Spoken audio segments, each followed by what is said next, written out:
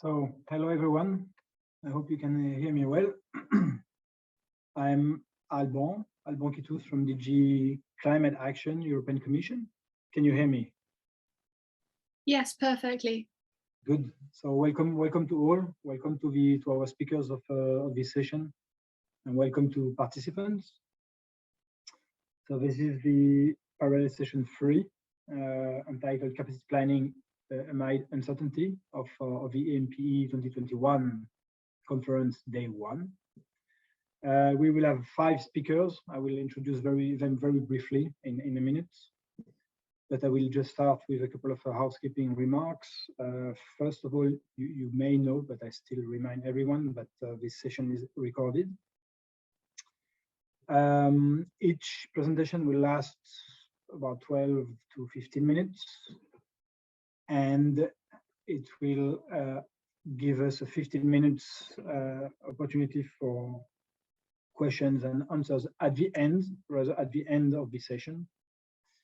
We have until 3:30, so we'll try to stick to this timing. And maybe general comments, please make sure that your microphones are muted unless you're obviously presenting yourself. So maybe to introduce this session, so I'm myself working on modeling for energy, climate, and transport policy. I'm a policy officer of the European Commission, so I'm not actually doing modeling myself, but I'm a consumer of modeling outputs. Prior to joining DG Climate Action, I worked also on energy policy, and before that, I worked in the Joint Research Center. And even before that, I was already still working on modeling myself, on energy system modeling. So I have a bit of background, say, on these different questions and on the topics of interest. I may not be completely up to date, but so apologies in advance for if I make stupid remarks. But anyway, this afternoon, so we have 5 very interesting speakers with interesting presentations. They all complement each other. Johannes will, at the very end, we'll have a bit of specific angle, but I think it's still an interesting insight. So this session will start with Gabriel from the Imperial College, and he will tell us about how to derive EU objectives, say, into national projections from the energy system. Then Jan will tell us about the important question of renewable viability and climate risk from that perspective. So it's, I think we all agree that's an important aspect and dimension that needs to be factored in somehow in our modeling work. Then we'll have, as a third presenter, Smaranda, that will tell us about the importance and the role of discounting and hurdle rates for capacity planning, investment in model-based analysis and simulations. That will be followed by Stefan, working also on the EU electricity system and how to make strategic development of a pan-EU network. So it will be focused on the network under long-term uncertainties. And then finally, Johannes will tell us about transport and transport modeling and transport policies. So I will let the different speakers introduce themselves a bit further, if they wish so.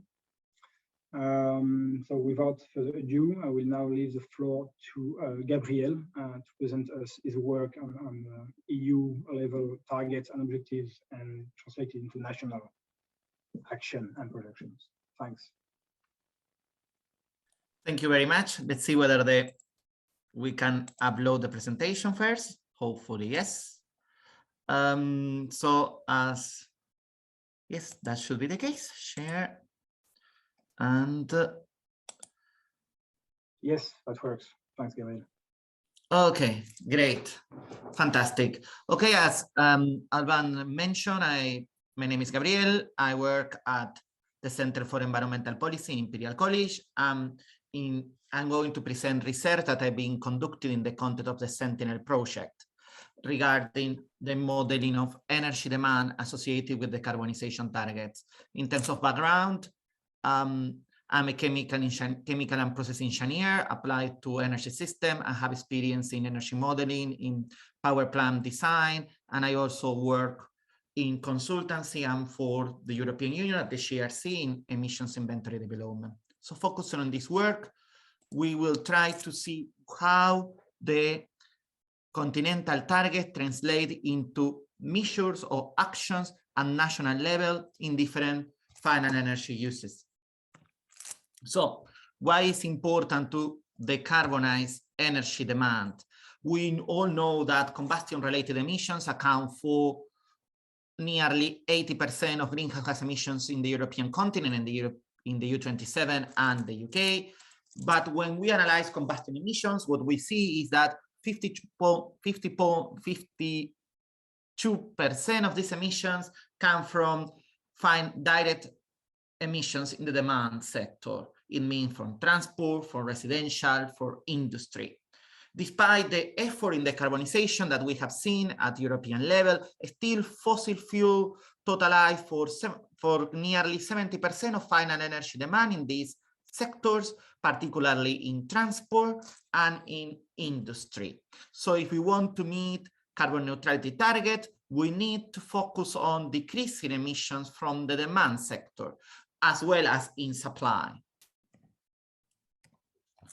I can't move. Let's see whether I can move in this way. Sorry. So we have here the evolution of the different targets, that the different emission reduction targets that we have in Europe, we have witnessed in Europe in the last 20 years. So in the x-axis, we have the year in which the target needs to be met, and in the y-axis, the percentage in reduction with 1990. So in 1990, we had 100% emissions, but then in 1997, it was agreed by the member states that a 10% reduction in emissions should be reached by 2000. Then in 2007, we have the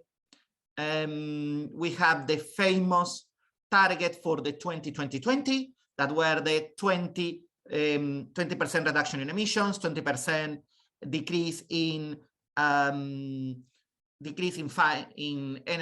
total energy consumption, and a 20% penetration of renewable. The black line represents the trends in emissions, and what we see is that Europe before the pandemic was in train to meet these targets. Then in 2014, we have the famous 40% reduction target, which translates in 60% of the 1990 emissions. And then in 2018, in the context of the long-term strategy, the Commission proposed in the long-term strategy cuts of 80% in agreement with Paris Agreement. In the last all these targets have been previously modeled. Some of them, for example, the one from 2030, are included at national granular level in the national energy and climate plans.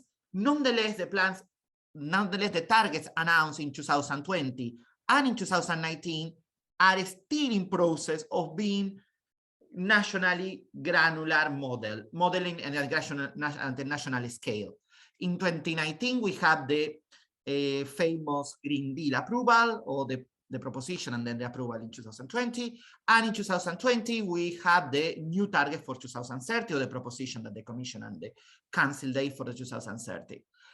These two targets have been modeled at continental level in impact assessment studies, but still the national energy plan have not been updated to reflect this target, or are in the process of being updated. So the question that we have, or the research question that we have in this presentation and in this work, is how do these targets translate into concrete actions that are based on national circumstances?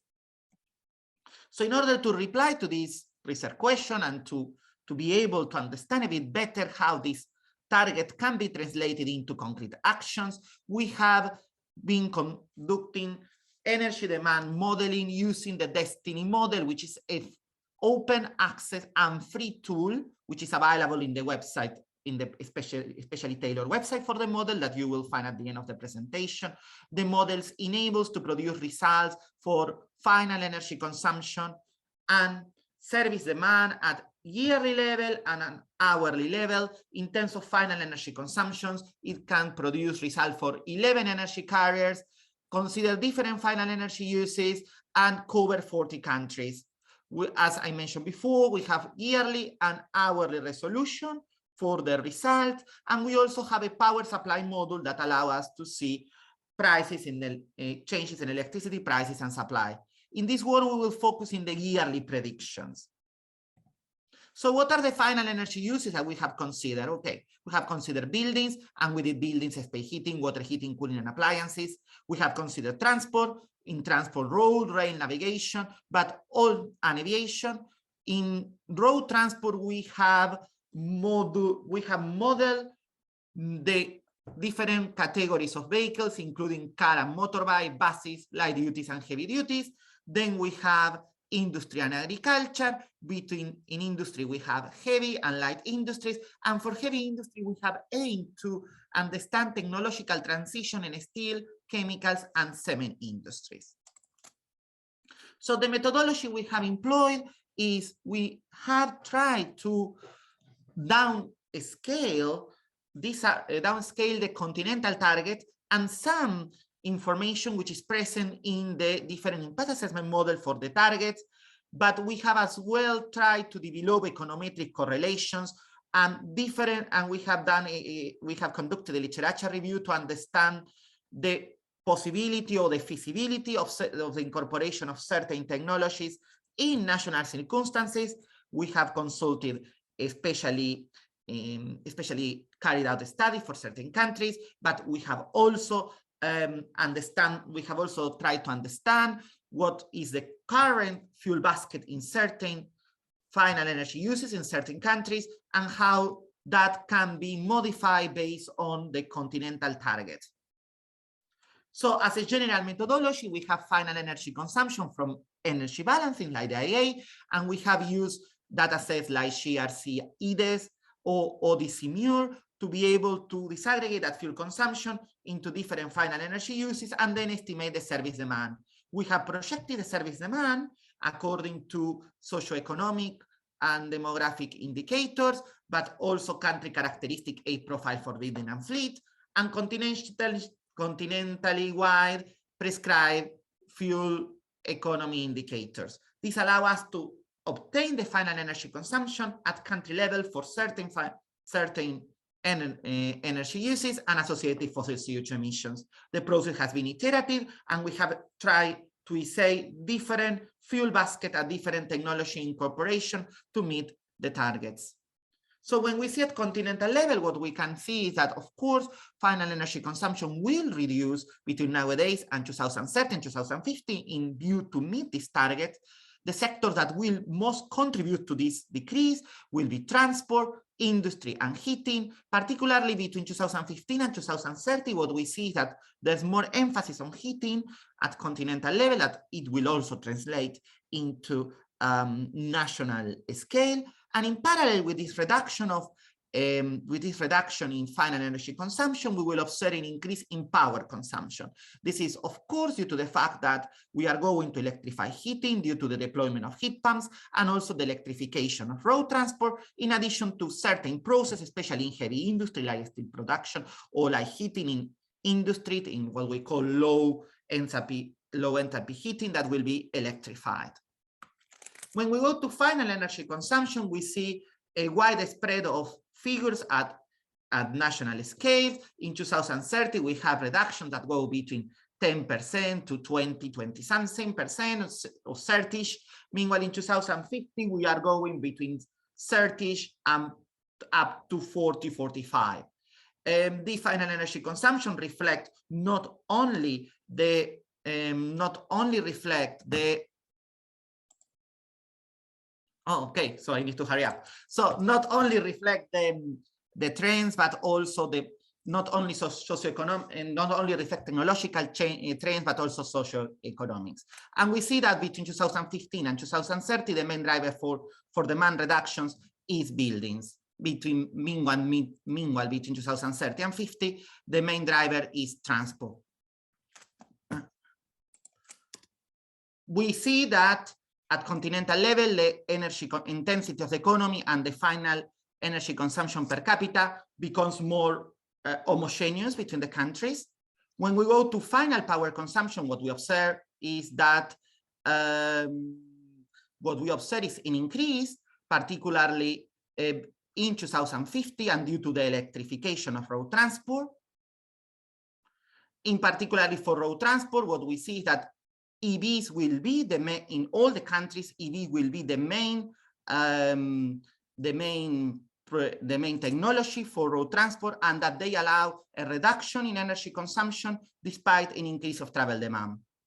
For heating, we observe that between 2015 and 2030, we have lower energy consumption due to building efficiency improvement, and then the reductions between 2030 and 50 take place due to electrification and the use of carbon neutrals. For fossil CO2, what we see is that in general, between 2050, most of the country for energy demand only, we will have reductions larger than 84%. So this is a comparison with the study. So we are showing that we are meeting the continental targets, both for 2030 and 50. And then as a conclusion, what we say is that national granular demand decarbonization scenarios are essential to understand the change in energy system in view of meeting the decarbonization targets, that electrification of road transport and industrial process will play a key role in meeting overall targets. It will happen at different paces, of course, and it will lead to a wide spread of power demand increases that by 2050 will be in some countries up to 100%. Efficiency improvement in buildings is key to meet 2030 targets, while for post-2030, the objectives are meeting due mostly to electrification of heating and use of low carbon vectors. And finally, cumulative emission reduction from transport will be the main driver to fulfill 2050 targets in most of the countries in here studied. Here you have my email and access to the Destin software if you are interested in downloading it. Thank you. Super, thanks Gabriel for this interesting presentation. Maybe a quick word for colleagues who joined since we started. We'll have some time at the end for questions and answers. So if you have any comments and questions to Gabriel, please keep them for the last bit of our session. Thanks in advance. So now I'd like to pass the floor to Jan, who will present to us the question of renewable variability and how it plays out with capacity planning. Thanks.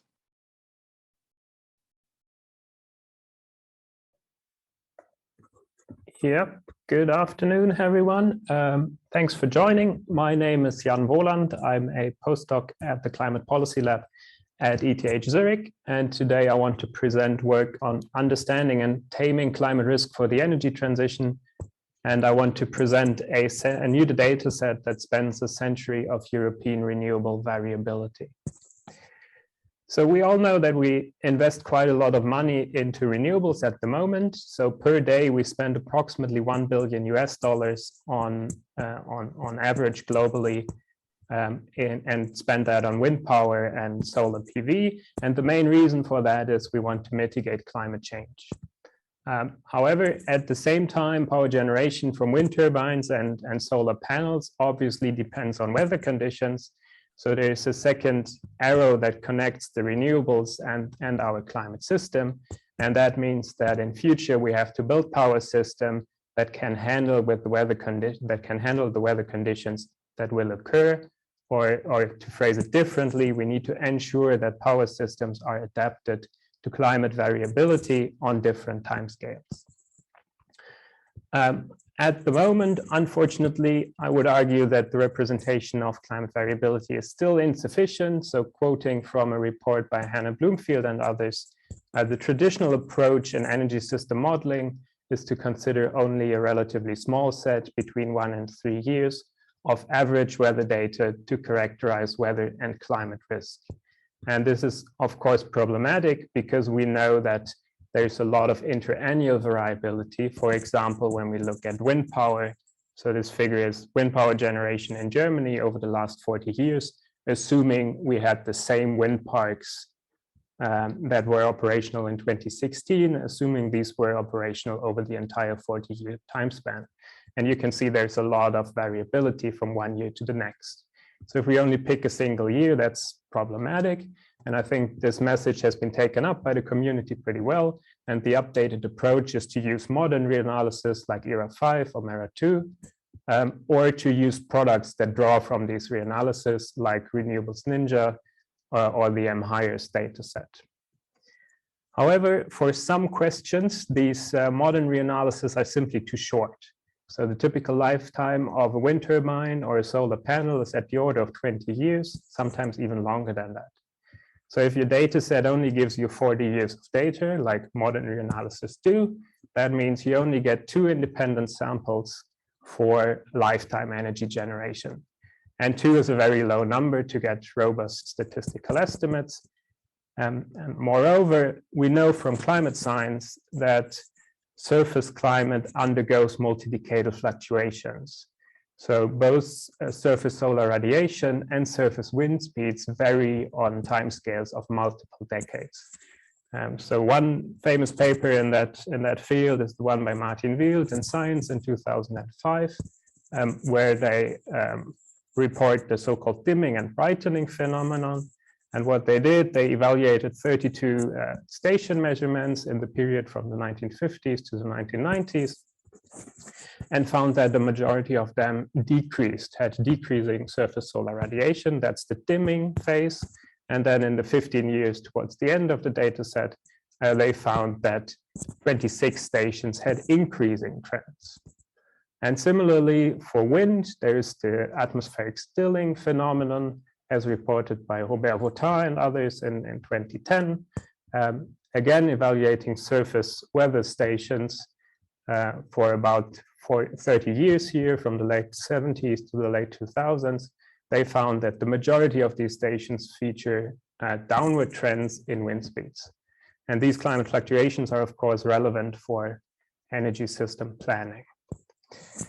So that's why I want to answer 2 questions in this talk. The first one is, how strongly does renewable generation fluctuate over many decades? How important is it? And second, can we balance these fluctuations with anything that we already know?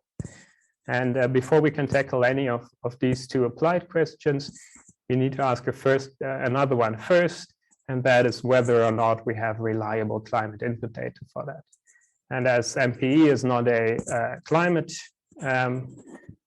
conference, I will cut that short and just tell you, yes, there is such data, but it's really important which one you pick. And if you're interested, there's 2 papers on this that you can read. So let's now go to the second one. How strongly does renewable generation fluctuate over many decades? And the way we approached this was to combine centennial reanalysis that cover the entire 20th century. The one that we used is called CERA-20C, and we corrected spurious wind speed trends. And we then combine it with established tools to model solar power and wind power generation, namely the Global Solar Energy Estimator and the Wind Power Lab. And based on that, we created a new data set that has a sub-daily resolution, so 3-hourly resolution, and spans an entire century from 1905 to 2004 at about 100-kilometer spatial resolution. We have 3 different turbines, 3 different panel geometries, and everything is openly available. The data is on Zenodo, and the code is in GitHub. And with that, we can now quantify long-term climate risk for the energy sector.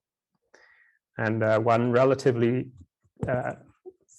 first step that we did was to look at hotspots of multi-decadal variability in Europe. And these 2 maps show the amplitude of this variability. The left map is for wind and the right one is for solar. And looking at wind, we see distinct hotspots, for example, off the Portuguese coast, where the multi-decadal variability can be as strong as 20%. So that means in the 20 best years, in the 20-year period that has the strongest wind speeds, you get 20% more generation than in a 20-year period with the weakest wind speeds.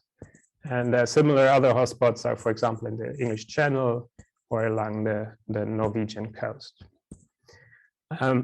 Solar PV, by contrast, is more stable. So fluctuations are typically at the order of 5%. And there's only a single hotspot in Eastern Europe where it's slightly stronger. So that is the first answer here. The amplitude of these fluctuations is between 5 and 20%. So dependent on how the power system is designed, these fluctuations can be really important or only marginally important. And then the last question, can we balance fluctuations? And a master student of mine looked at a case study comparing offshore wind power in Portugal and in Germany. And you see the long-term evolution over the 20th century in the two graphs on the left. And in fact, she found that there's a complementarity in their evolution. So while in Portugal, wind power generation starts low in the 20th century, so this is 1900 to 1920, it's quite low. Then it increases until 1960 and then decreases until the end of the 20th century. And if we compare that to the evolution in the North Sea and German offshore, it's pretty much the opposite. It starts high, it goes down to 1960 and then recovers. And what that means, if you distribute capacity to both locations and if you build a transmission grid that is strong enough to handle this, there is potential to smooth multi-decadal variability over Europe. So this is comforting, but of course only a case study, only a first step. So we needed a more systematic approach to do this for all locations in Europe. And one way to do this robustly is so-called multivariate EOF analysis. You don't have to understand the details at all. What is important here is that the method decomposes the evolution into so-called leading patterns. And here we show the most important pattern on the left and the least important pattern on the right. And the upper line is for wind, the lower one is for solar. And for wind, there's always a combination of red colors and blue colors, meaning that in each of these patterns, you always get parts of Europe that are above average in terms of the wind power generation and other parts that are below average. And that means you can balance if you have a strong grid. By contrast, for solar, one always gets monopoles. So it's either completely blue or completely red, sometimes a bit of red and blue combined, but there is less potential for spatial balancing for solar PV. And to make this a bit more tangible, we also evaluated the current capacity layout in Europe. We grouped some countries together. So for example, the first country group here is the UK and Ireland, the second one would be Portugal and Spain, and so on.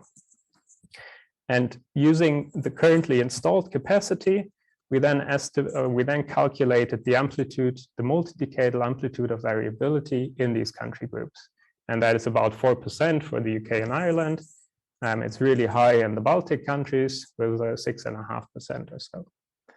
And if you take the average over all these isolated cases, that's the yellow line, we end up at slightly less than 5% amplitude of variability. And this can be brought down to 3.5% if we allow these countries to trade electricity. And that's the benefit of cooperation highlighted here. So what this means is that the same mechanisms that we also use for shorter term fluctuations are effective on long time scales. So the spatial balancing works here. We also hypothetically looked at wind only or solar only system. And if you have a strong grid, both are actually pretty much indistinguishable. Their amplitude is 3.5%. But if you build the wind power system, you really need the grid. Otherwise, you end up at almost 6% variability. So that means the more wind power you build, the more transmission lines you need on a multi-decadal scale to smooth these fluctuations. So that answers the second question. Yes, there is substantial wind balancing potential. There's less potential for PV balancing, but PV also fluctuates less on multi-decadal timescales. And with that, I would like to wrap up. So the problem we addressed is that there are multi-decadal changes in surface climate called dimming and brightening or stilling. And if you combine that with weather-dependent generation from solar PV and wind, it can be a problem for future power systems. And therefore, we developed this new 100-year data set that can be used to quantify multi-decadal variability. I think there are a couple of policy implications that I also shortly want to highlight. So the long-term wind variability is a substantial risk if we start to build highly clustered systems. So if we just have a lot of generation, say in the worst spots, then of course the amplitude can be much higher than the 3, 4, 5% I talked about before. PV generation is more stable than wind, and distributing capacity and building a large transmission grid helps to smooth out these fluctuations on multi-decadal timescales as well. And kind of the overall big take home is that also long-term climate information should be included in capacity planning. And yeah, if you want to know more, there's the paper by me, David Brayshaw, and Stefan Fenning are talking about the data set, and also with the references to the Zenodo and GitHub data sources. And with that, I would like to thank you for your attention, and I'm looking forward to a good discussion later. Thank you. Thanks, Jan. Excellent presentation. I'm happy to see that knowledge is building on these important questions. So it brings us to the next presentation from Smaranda. We will discuss the role of discount rates and hurdle rates, two important, another important dimensions in capacity planning modeling. So Smaranda, the floor is yours. Thanks.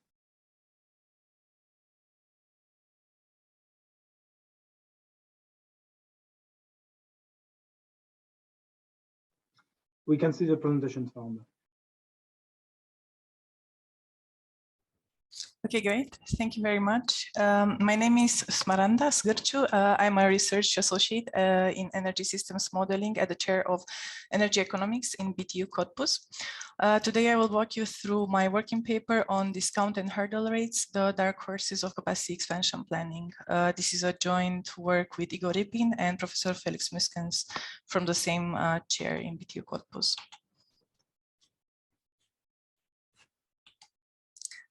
Great. So the hurdle rate is the minimum required rate of return on a project needed by an investor, and this changes in the parameter impacts the annuity calculation. The discount rate, or in our case, the social discount rate, is the time-dependent decrease in the future cash flows of a social planner reported to the current time, and the discount rate directly impacts the present value computation, which is the discount factor implied in the objective function of state-of-the-art capacity expansion models. Now, this discounts both the investment and the investment costs and the operational costs. Only a few studies in the literature analyze the different evaluations of these metrics, and not enough attention is brought on the effects that the discount and hurdle rates have on the model outputs. So the core research question is how sensitive are the outputs of state-of-the-art capacity expansion models and related policy takeaways to different assumptions in the discount and hurdle rate. And our working paper focuses on illustrating the variety of the energy system development pathways, which results from various assumptions on hurdle rates, social discount rates, and energy futures. But due to time limitation, my talk today is centered on illustrating the impact of hurdle rates on key outputs of generation capacity investment models. So in this case, the investment mix and the carbon emission intensity. For the methodology, we develop a bottom-up energy system optimization model, which determines investments into conventional power plants, renewable generation, and storage technologies endogenously. And we have a country-based nodal structure for the pan-European geographical scope that we include, and the electricity dispatch is determined in high temporal resolution. The model optimizes the investments in a dynamic manner for 4 milestone years, 2020, 2025, 2030, and 2040. And we have 3 dimensions for our scenarios. The first dimension refers to the social discount rate, where we use a range from 3 to 13%, as these are the frequent used values in the existing literature. The second dimension on which we focus today, we base our choices for the hurdle rate scenarios on 2 studies. One is from NERA Consulting, which includes the risk-based hurdle rate projections depending on the technology type. And this takes into account the risks based on project allocation, carbon price volatility, and policy. And the other parameterization is based on a report from Oxford Institute for Energy Studies, which accounts for uncertainties that are related to the energy transition. So in this latter study, the hurdle rates for renewable sources remain stable, while the hurdle rates for the fossil fuel projections are having a drastic increase. The energy future and the last dimension in our case, they are parameterized according to the 3 scenarios developed by the European Network Transmission System Operator in the 10-year Network Development Plan report from 2020.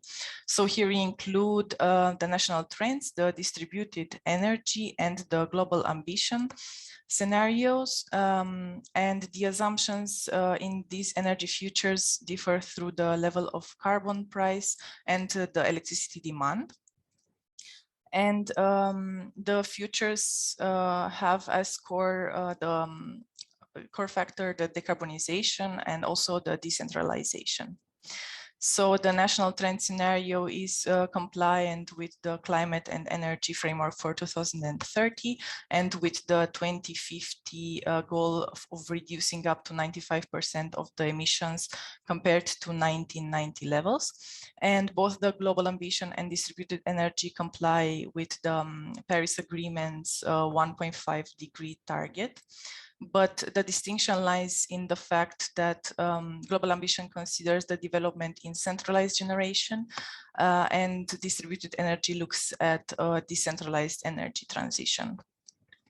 So for the carbon price, we take the average value of the real data for the year 2020 and the projections from the 3 energy futures for year 2040 and years 2025 and 2030 are interpolated. We show how the choice of the technology-specific hurdle rates affects the key outputs in the capacity expansion model. Now, starting with the investment mix, we isolate the effect of the hurdle rate by fixing the value for the discount rate to 5% in this case. And here on the y-intercept, we have the investment in gigawatt, and on the x-axis, we have all the modeled scenarios. So each modeled ENTSO-E energy future is accompanied by one scenario with the uniform hurdle rate over technologies, which we take as an average of the low risk case. Then the risk-based hurdle rates from the NERA study and the one adapted for the energy transition.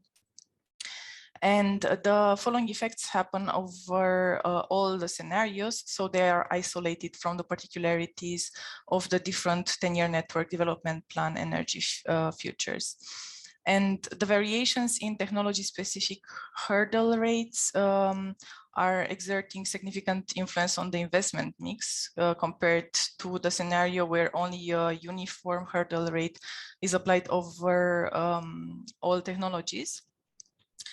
For example, the lignite and hard coal are most susceptible to high risk hurdle rates in all these scenarios, as they are not even invested in this high risk scenario, and also increasing the hurdle rate to the high risk case substantially penalizes the renewable technologies.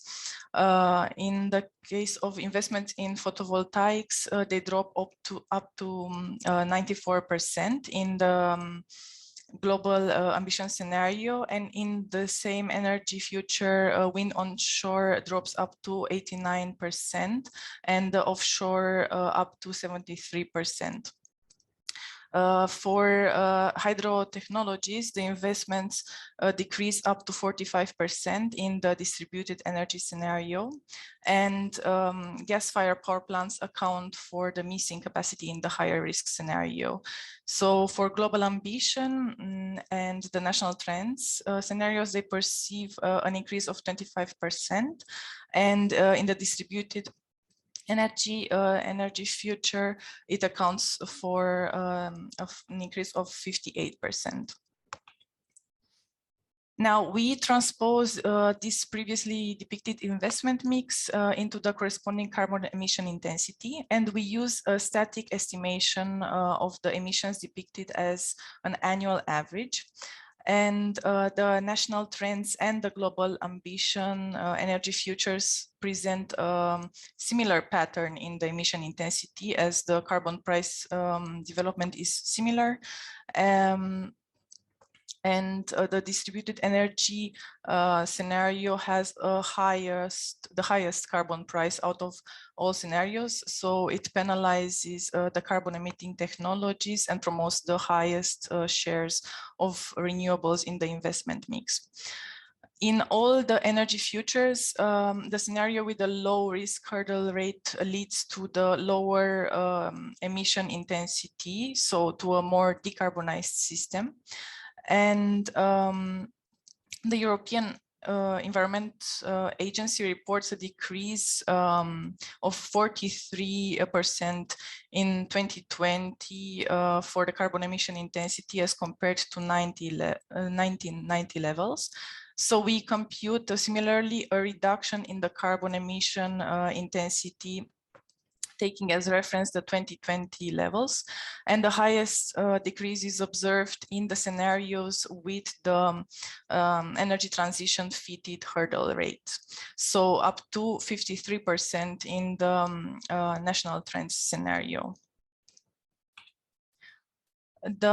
Our findings are concluded into modeling and policy takeaways.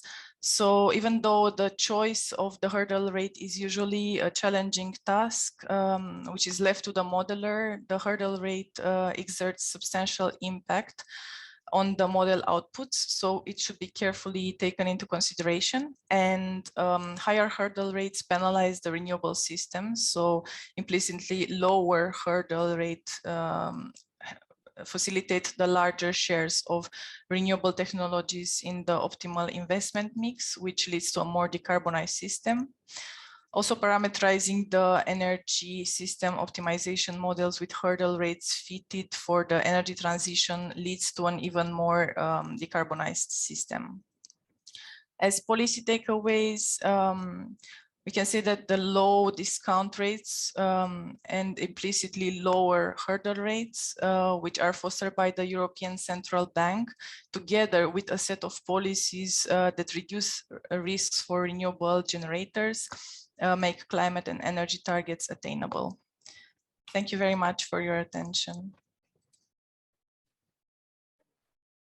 Thanks, Miranda, and you're spot on with the time, so it's great. Also, very interesting presentation. As I said, discount rate, hurdle rates are very important drivers of our modeling, and some kind of conclusion. So it's important to have a good grasp of what they entail in terms of, I think, in terms of outputs and choices in the models. You also mentioned the importance of the policy context to decrease hurdle rates for some options, which I think is also very relevant. Okay, on that now, I'd like to pass the floor to Stefan, but we'll also talk about the power, capacity planning for the power system from a network perspective, also complementary to the two immediate previous presentation. Stefan, the floor is yours. Thanks. I think you're on mute. Sorry, my computer froze there for a second. Can you see my screen? Yes, we can. Okay, perfect. Thank you very much. So my name is Stefan Borazan. I am a PhD researcher with Imperial College London, and I'm working on power system planning for a low carbon, or rather now net zero future. Today I'm going to talk about the strategic development of the pan-European power network, considering long-term uncertainties. This is work that myself and my colleagues have done as part of the Plan for Rest project. So what are the implications of long-term uncertainties in the planning process?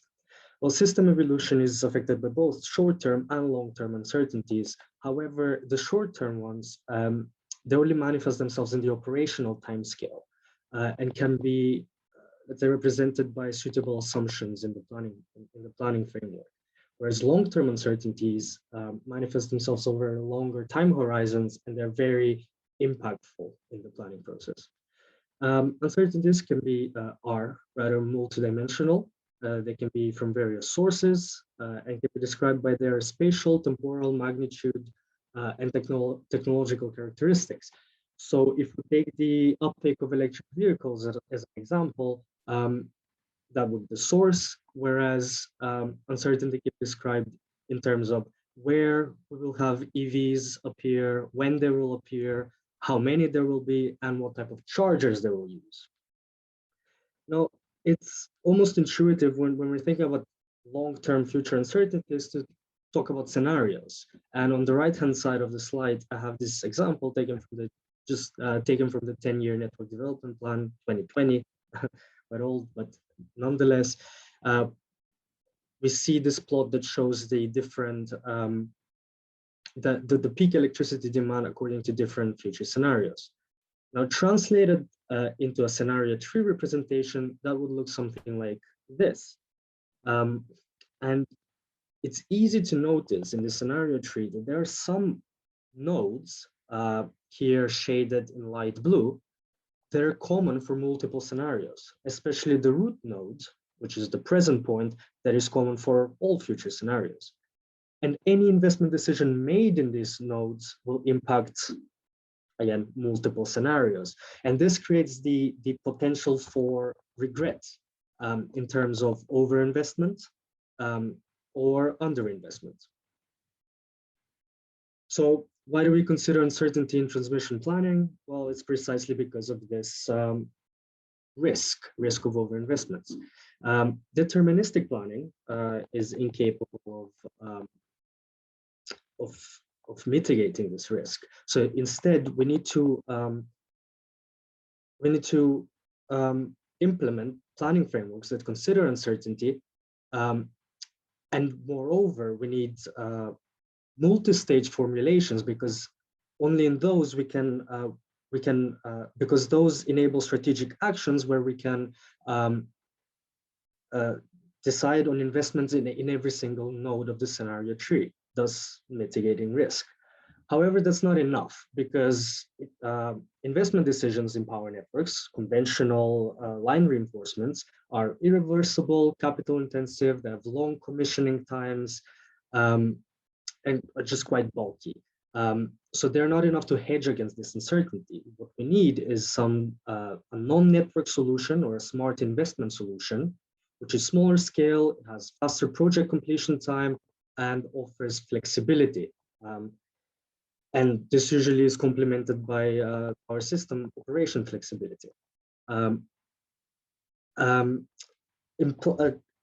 Implementing this sort of, or incorporating these smart investments into the planning portfolio, we can abandon the fit and forget approach and move towards a wait and see approach in investment.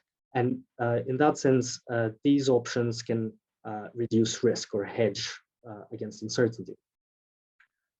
And why are we considering the network? Well, I think Jan said it best earlier in his presentation. I think he said, more wind power you build, more transmission capacity you'll need. It's as simple as that.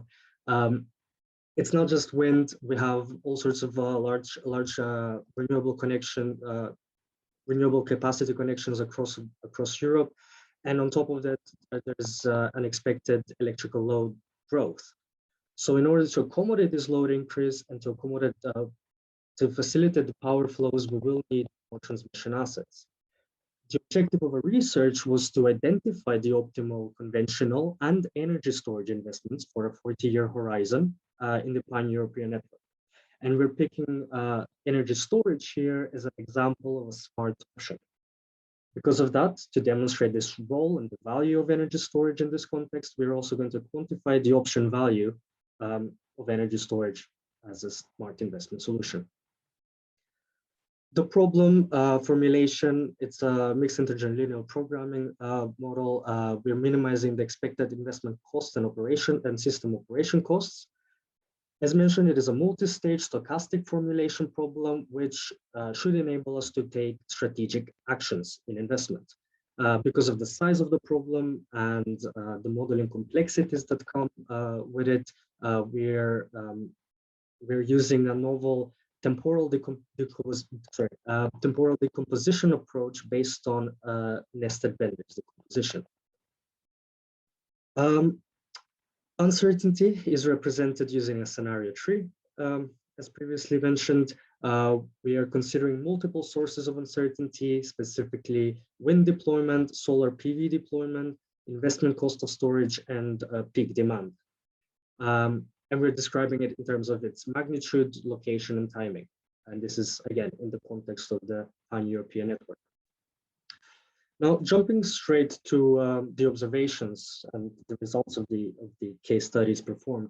The plot here on the right shows the option value of energy storage for different probability distributions. And by that, I mean the probability of reaching a scenario which has a very high renewables penetration. So the first bar is 90%, second bar 70, third bar 30, and the last bar is 10% of the likelihood of reaching such a scenario. And we notice, firstly, that the option value of energy storage is quite high. It can range from 4.5 billion euros to 10.9 billion euros, depending on this probability distribution. And that is the second observation, is that the option value of energy storage increases with the likelihood of connection of large renewable capacity. And this is likely due to the greater potential to contribute to system operation and system economics. Moving on, the second sensitivity analysis performed was on the demand level. So we looked at a situation, we took the situation where we have a 70% likelihood of reaching a high renewables capacity scenario. And we looked at the standard, well, the projected future demand. And another case where we scaled down the demand across all scenarios to look at the impact on option value. And indeed, the option value of energy storage would decrease from 7.58 billion euros to 3.36 billion euros in a low demand scenario. So we can say that the higher the electrical demand is, the greater potential of energy storage to contribute to, again, system operation and system economics. But in addition to system operation, energy storage is able to mitigate congestion in the network, thus leading to the deferral and displacement of conventional line reinforcements.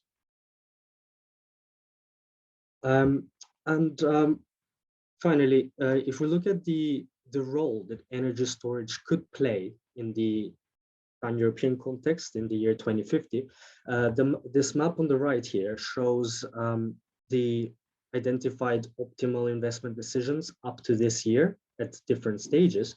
The dotted lines represent existing interconnections. The full lines represent transmission corridors that do need strengthening, reinforcement, and the glowing circles represent the locations where we would need energy storage investments. The colors also signify the amount of capacity required.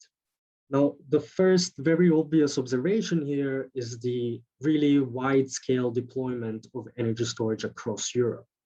And secondly, just the number of glowing red circles can really tells us that the sheer amount of capacity that is required in capacity of energy storage that is required across Europe, and not just required in the sense of planning, but also for optimal operation of the transmission system in the presence of large-scale renewable capacity. The second observation that we can make, and I apologize in advance, I don't have a second map to compare the two cases, but if we look at the cases where energy storage is available as a planning option, or it's available as a planning option, and when it's not, the case when we do have storage leads to approximately 4 billion euros, or that's a 15% reduction in conventional reinforcement costs across the entire planning horizon. As mentioned, this reduction is due to the ability of energy storage to mitigate congestion in transmission. But in addition to that, the option value of energy storage, the values that I quoted earlier, are supplemented by the ability of energy storage to accommodate renewable generation. As a summary, we can say that an adequate planning framework that considers multidimensional uncertainty is crucial to avoid large regret in case an adverse scenario is to occur. We can also definitely confirm that smart options like energy storage can act as hedging tools against uncertainty, thus minimizing the risk of said regret. Then planning with energy storage, we have shown that it offers investment flexibility, and it also facilitates renewable generation. These two aspects leading to its very substantial option value. And according to our studies, the option value of energy storage in the pan-European system is significant, ranging between anywhere between 4 and around 10 billion euros. And it grows with the high levels of renewable capacity and demand. I don't have another bullet point on this, but I would just like to mention that it's important in terms of policy considerations, it's important to note, to acknowledge this value of smart technologies, and in this case, energy storage, for the planning of the system, and set up the regulatory framework in such a way that it allows this benefit to be quantified and transferred and in the form of revenue to energy storage providers. Thank you. That is all from my presentation. Please do get in touch if there's any feedback, and looking forward to the discussion later with everyone. Thanks, Stefan. Thanks for this also very interesting presentation. Indeed, very important to be able to understand, which of these options that can make the whole system more resilient to the range of uncertainties we've been discussing this afternoon. Also looking forward to discussion on these aspects. And now I will pass the floor to Johannes for the fifth and last presentation of this afternoon. So here the angle is a bit different. Johannes will talk about transport modeling in relation with transportation policies. I understand that the presentation was best suited for the parallel session 2, which is about linking improving models to make them more relevant for policymaking. But still, nonetheless, it's also an interesting area of research in the modeling. There are also uncertainties there. I don't know to which extent, Johannes, you want to comment on that. But yeah, it's good that we also have a sector, additional to the power system that we've been discussing to a large extent so far. Thanks, Johannes. The floor is yours. Thank you, Alban. Yeah, indeed. So I would have thought my presentation to have been fit better into another one, but it actually fits quite well to the first presentation we saw. And the transport sector is the field of application of what we're doing here, but it's only an example. So it's a principle, more general question. What I would like to put into focus is rather the kind of methodological approach of how modeling is being used for policy consulting is in many cases that we have sector models. In that case, it would be a transport model, but could be heating, could be building. We've heard about several sectors, which are very often simulation models and which are then coupled with energy system models, which are very often optimization models. And in the end, out of this kind of methodological combination of various modelings, we have pathways, like, for example, European pathways or national target pathways, scenarios that come out of this that later then inform policy on what are potential pathways. And what very often happens is these pathways or scenarios that are formed are based on key assumptions, on screws that are turned within those models and that then change pathways. That may be assumption in the framework conditions, maybe assumptions on certain technologies, on the deployment of technologies or efficiency rates and so on, or on infrastructures. And that's the most common way of building scenarios. So we have certain things changing in those models. And later, this tries to inform policies. What are the key points, the focal points that need to change into the future? And then policies are looked for that may lead up to those changes. So it's rather a derivation of policies from the knowledge we gain from the modeling insights. So what we try to do, first another two things. This has two important benefits. First, this kind of modeling way helps to identify those key points. So it actually makes clear where do we need the policy. So what are the areas that are not so important, and to put a focus on the key points. And it also helps to set out and inform pathways and targets in the policy realm that then are binding policy targets, for example, from the European area that go back to national policy areas that actually make policy measures to be implemented or push national governments to implement policies. So that's the current way of modeling we have. And what we see from our research group is it would be so much important also for policymakers to rather have explicitly policies modeled. So to reverse that kind of logic and try to take a list of policies and try to implement those policies directly into the models. Because if we had that kind of approach, it would give a better guidance to policymakers choosing from which policies, from which policy list to choose which set of policies and to see the impacts of that. So that's basically the motivation why we did what we did. And what we did is coming up with a long list of policies that we try to implement. And in our case, it's the transport sector where we do that. And I'll quickly walk you through the steps that we took, but I'll probably skip some of those slides.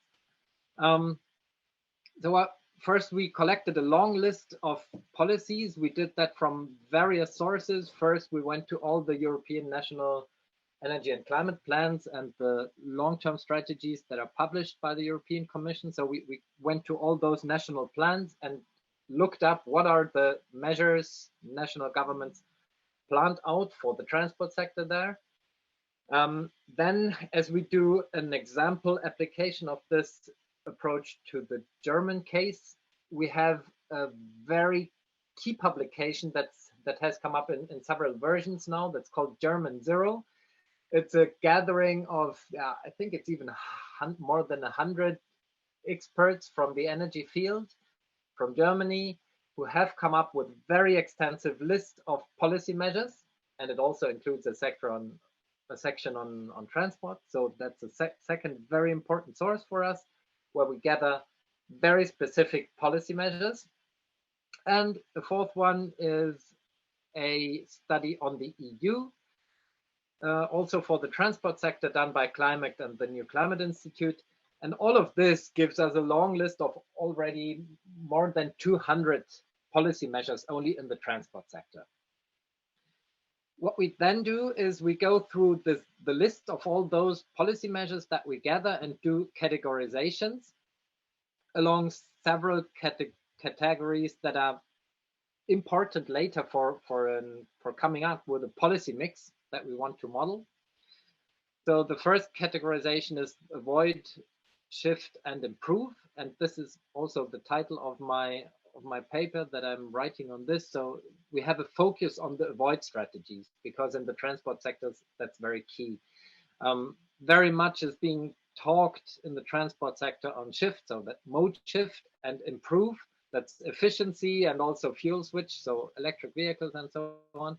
But what's very little analyzed is actually strategies to reduce transport demand. So that's also one thing that we have a focus on. A second one is instrument types, policy instrument types according to UNFCCC categorizations. Then we categorize between push and pull measures. That's also common probably to all of you. Governance level we analyze, because that's key if we want to draw policy recommendations either on EU, national, or subnational levels. And then we go to the modeling part. So I'll quickly skip that. The first step is here we tried to do a prioritization, because 200 measures is a too long list for modeling that. And we do a prioritization in terms of maturity, replicability, and impact. That's a first assessment of what we expect each policy measure to have. That's also an approach developed from Climate and New Climate Institute. And a second assessment is then done where we go measure by measure. So we take each policy measure and think about how can we implement this specific policy measure into our transport model. And the transport model we use here is an open source transport model called Quetzal Germany, that's developed by Rainer Lemon Institute. So we're cooperating with them on this, and we have a number of people now working on how to implement all these individual policy measures. And that's basically the point where we are. I could briefly try to give you an it's very slow. To give you just an introduction of how that database looks like. It's basically a long table. Cannot access the bars. It's a long table, and we have all those different categorizations for all these policy measures that's included in the table, including instrument types, and then this categorization for the prioritization, the reasoning for that, so that has a detailed reasoning, the categorization for avoid, shift, improve, and then the final part where we start to implement each of those policy actions into the model. So that's the point where we currently are. So I don't have any results of this work yet to present, but we're working with a team of people of how to implement this list of policy into this macroscopic transport model for Germany. And I would leave it here. Thank you. Thanks, Johannes. Thanks for this insight, this work. Indeed interesting to not reverse, but complement the perspective when it comes to interfacing models and policymaking. So now I think we are done with our 5 presentations, and I will open the floor for questions and answers. Maybe I will have first a small comment myself to the different presentations, especially ones discussing the power system. But I think that also includes Gabriel, because he told us he had a power system representation in his tool. The question is, to which extent what was presented by Jan is represented or captured in these different modeling exercises? And then a complementary question for Smaranda on whether you try to test rather than introducing a carbon price, do the opposite, say introducing a level of emissions and see how it translates into the power mix. So I mean the power mix structure and investment needs. That would be my two questions for our experts. And if participants want to raise questions, please use the chat box. Thanks.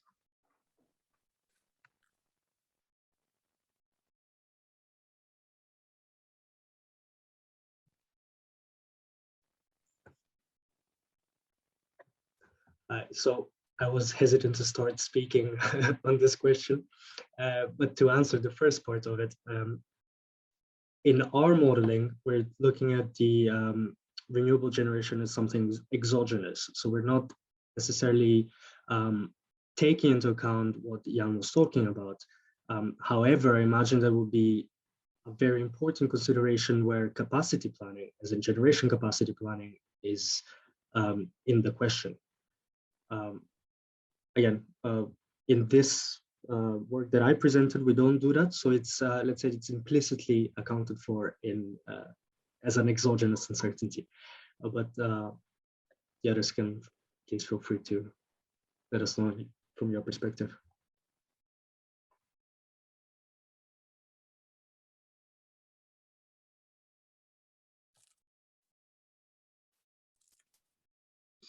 Yeah, Gabriel and Samantha, if Yes. something that you're trying to capture somehow, even if implicitly. In our case, we have the supply model, and the historical data we use is from Renewable Ninja, because we have developed the platform together here with the ETH. So kind of we account for the we are trying to account for the variabilities that Jan has. I don't work so much in supply, but I know that the data from renewables come from Ninja, and it has been collected by Ia, the other co-author of the presentation. So if I understood correctly your question, it was if I plan to apply a carbon budget, right, to compare the effect on investments compared to discount and hurdle rates, right? Yeah, so reverse a bit the way to frame the question. So you imposed a carbon price, an ETS price or carbon price, Yes. You look at how the system, the capacity planning, operates. It's rather the other way around. So let's assume we have a constraint on CO2 emissions. What would be the impact on the mix structure, and what would be the impact on cost, for instance? I was not planning on doing that, but that's actually a really good idea. So thank you for the suggestion. My further work was focusing on introducing shocks in the CO2 price and also the fuel prices, and to see which is a more powerful factor, these or the discount and hurdle rate. Okay, I see that Jan has a. I mean, actually, Johannes, I think, raised his hand through chat first, and then Jan. Yeah, thank you. My question was both to Jan and Stefan, because I'm not an expert in grid modeling, but you probably can answer.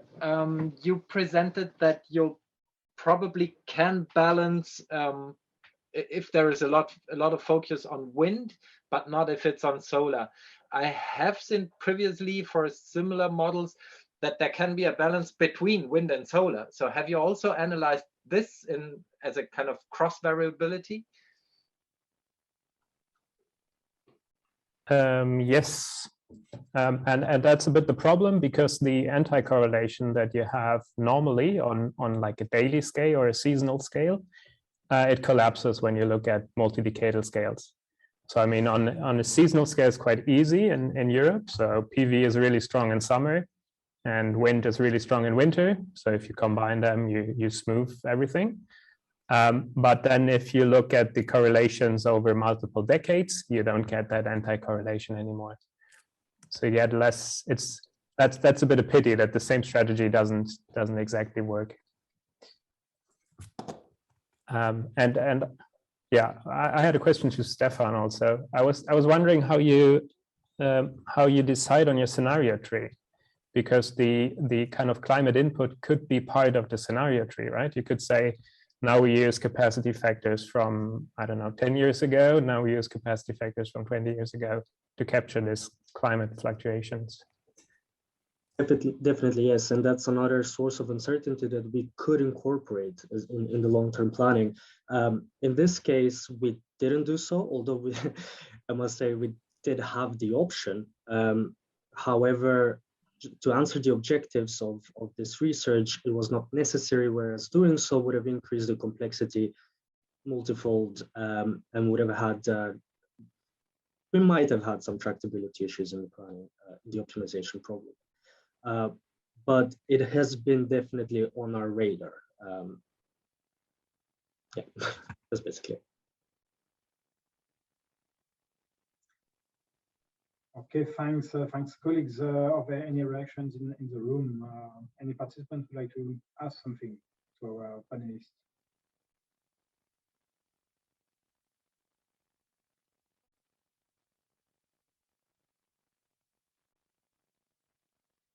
Okay, if there's no question, may I continue on that discussion with you?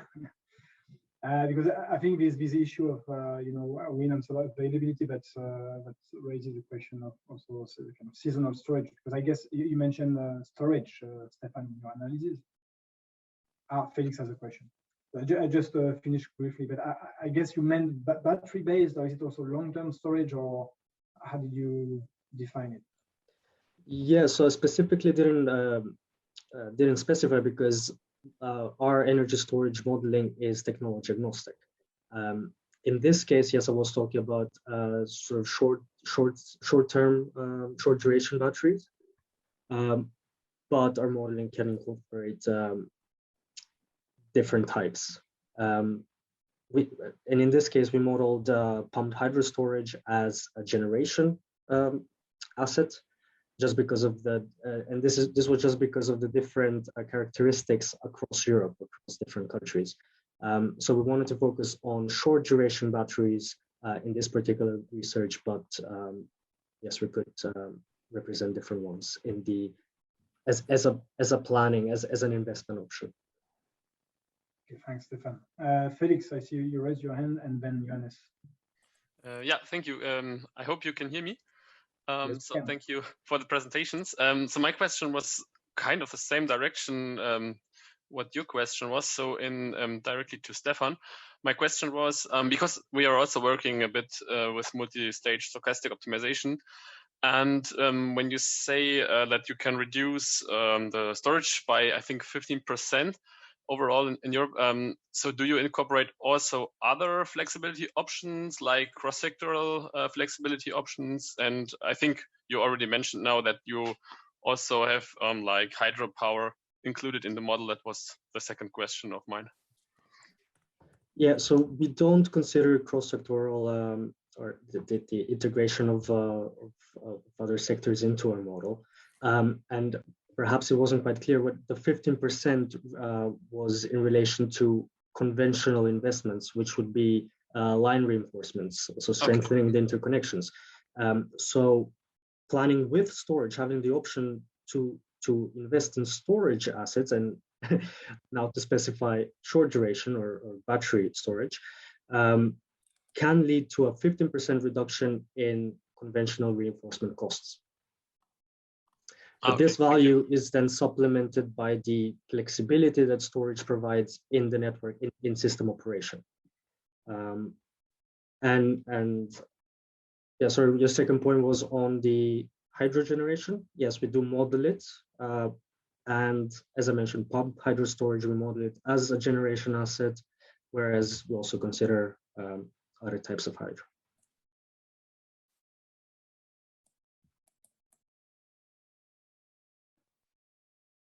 Felix, does it address your question? Yeah, thank you very much. Thanks. So Johannes, please. A question to Smaranda. On slide 6 or 7 of yours, you had I think it was the results. You presented the effects of those hurdle rates and discount rates on investment decisions, and there was still, even in the transition scenario, some 50% of gas plants, I think, in the year 2040. So I wondered how that matches with with climate targets of the EU, or if it is an isolated, say, partial analysis of only the impact of those hurdle rates and scenarios. Because if it's that way, okay, then we can assume additional other policies or other developments. But if not, then it seems strange to have 50% of gas plant investment still in 2040. Yes, you stipulated right. This accounts just for the effect of hurdle rates and not the discount rates, because in the results that I presented today, the discount rate is fixed to 5%, just to account for the effect of the hurdle rate. And yes, we just account this impact, so we do not take into consideration the 2050 climate targets. I think in one of your slides, you show the emissions in the different configurations, right? So they're not always the same. I think the energy transition ones are lower than the high risk maybe ones. So it's not in at constant CO2 emissions environment. That's true. In each scenario, we have the same effect that with a low risk hurdle rate, the emission level is the lowest. But this is due to the high shares of renewables present in the system, and also of hydro, in which is accounted also the pump storage power plant. Yeah, it's the way you design your protocol of your experiments. Exactly. Yes.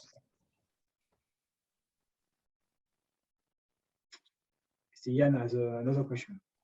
Yeah, I have a question to Johannes, or more thought. So you suggested that you want to flip the methodology around. So instead of doing science, which then informs policy at the end, you say we should start with the policies and evaluate them scientifically, if I understood correctly. My question is, like, who informs the initial policy idea then? Like, what is it? What is the initial idea based on? No, you're fully right. So that was where I started from. So first we need science, obviously, to discover the big points that need to be influenced. Then we need a policy design that aims to change those points. What my argument was is trying to implement concretely policy measures into the model, so we can model what policy could do. Maybe the question here is, yeah, please. Yeah, because what I very often see is, in the end, is scenarios where some developments fall from the skies, but those developments will only happen if policy frameworks change. And very often those policy frameworks are not very clear. So it's not clear what has to change. So those scenarios may become true. Maybe to complement, I wouldn't limit science to models and to their capacity to describe, the economy and the range of policy frameworks you could think of. They can also provide, complementary types of ideas, which I think should also fit the policymaking cycles.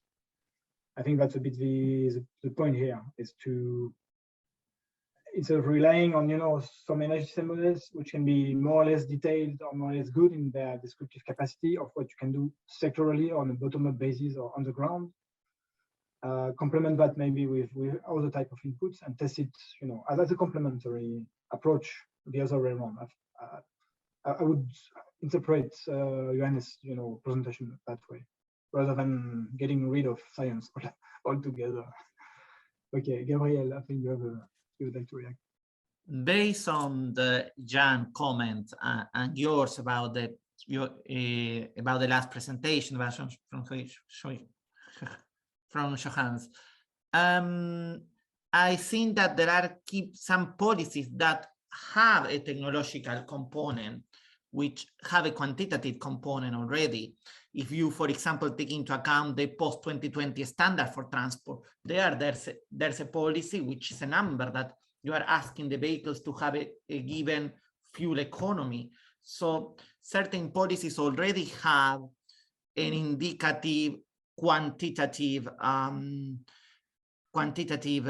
value that you can incorporate into a model, are not that abstract.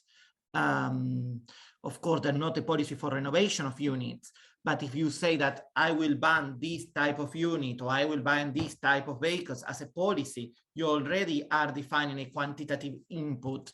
So you can propose from a scientific perspective these kind of measures as well. You know, I think that the issues in introducing policies is that the policy at the end of the day for the model need to have a quantitative input because it's a quantitative tool. And because we have had this discussion with people that do social science and storyline for behavior, you know, and I think that certain policies, at least the most relevant for transport from my point of view, at the European level and also in the UK, have already something numeric. Maybe why, but you have something that you can put into a quantitative tool.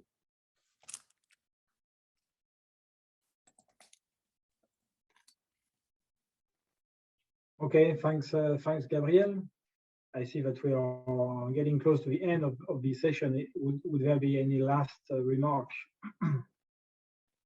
I see. Okay, Felix is discussing with Stefan through the chat. Maybe Felix, you'd like to say something?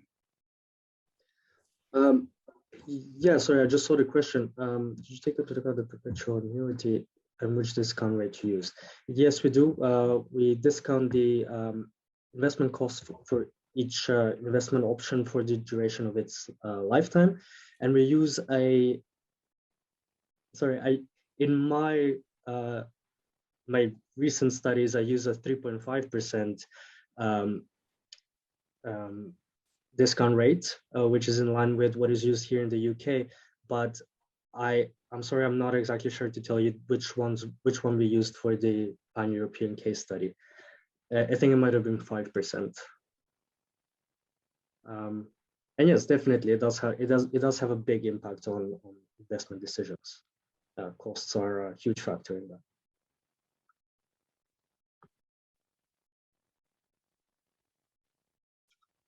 Okay, thanks, Stefan. Thanks all panelists. Thanks also the participants and attendants to this parallel session. So I think now we're about to close the session. It was nice meeting all of you, and also for me personally reconnecting a bit to the modeling world, which I missed a little bit, but okay.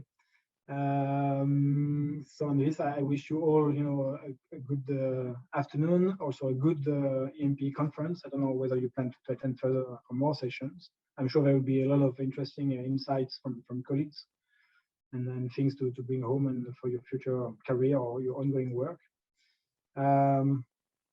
So thanks to all, and see you later, hopefully. Thank you. Thank you. Bye. Thank you. Bye-bye.